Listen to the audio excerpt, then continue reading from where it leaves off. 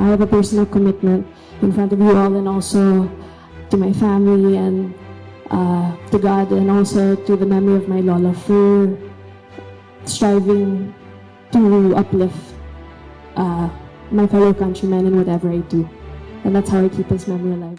Leader, ama, at inspirasyon ng mga Tarlakenyo. Ganito bigyang halaga ng mga kababayan si Ambassador Eduardo Dandingco Huangco Jr. dahil sa mga naging kontribusyon nito sa buong probinsya ng Tarlac. Si Dandingco Huangco Jr. ang ika-20 gobernador ng probinsya ng Tarlac mula 1967 hanggang 1969.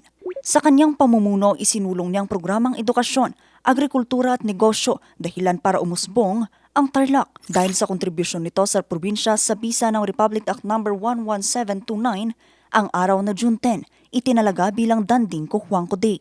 Dahil dito isang commemorative exhibit ang inihanda ng pamahalang panlalawigan ng Tarlac.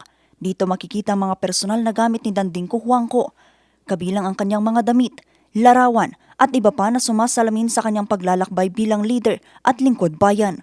To our leaders, let his example remind us that public office is a trust, not an entitlement. And to all of us, let this day remind us that the work of nation building belongs not to governments or institutions, but to every Filipino who chooses service over self-interest. Kinilala rin sa nasabing pagtitipon ang mga nagwagi sa essay writing contest bilang bahagi ng pagpapalaganap ng kanyang mga aral at adhikain sa mga kabataan. Samantala, isang medical at dental mission naman ang inihatid ng pamahalang panlalawigan sa mga residente ng Barangay Karangyan. Layo nitong mas mailapit pa ang mga serbisyong pangkalusugan sa mga residente.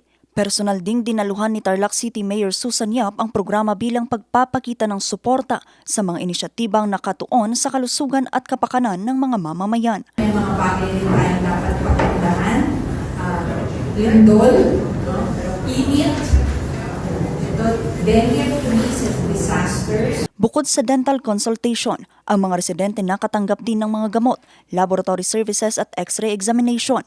Laking pasasalamat naman ng mga residente sa lugar. Ayon sa mga opisyal, patuloy na isusulong ang mga programang katulad nito upang masiguro na ang dekalidad na serbisyong pangkalusugan ay naaabot hanggang sa mga barangay sa lungsod at lalawigan ng Tarlac. Vanessa Bugtong, RNG News.